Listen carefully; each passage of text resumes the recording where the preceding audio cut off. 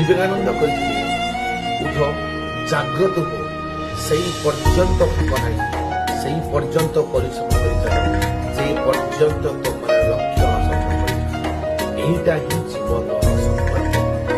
ଯଦି ଆମେ ଜୀବନରେ ବ୍ରତୀ ହୋଇ ନିଜର କର୍ତ୍ତବ୍ୟ ପଥରେ ଆମେ ନିରନ୍ତର ପରିଶ୍ରମ କରିଚାଲୁ, ନିଶ୍ଚିତ ଭାବରେ ଆଜି ନାହିଁ ତ କାଲି ଆମେ ସଫଳତା ପାଇବା। ତେଣୁ ମୋର ସେଇ ଷ୍ଟୁଡେଣ୍ଟସ୍ ମାନଙ୍କୁ ଗୋଟେ ପରାମର୍ଶ ରହିବ କି ଜୀବନରେ ଯଦି ପ୍ରଥମ ହାରି ଯାଉଛ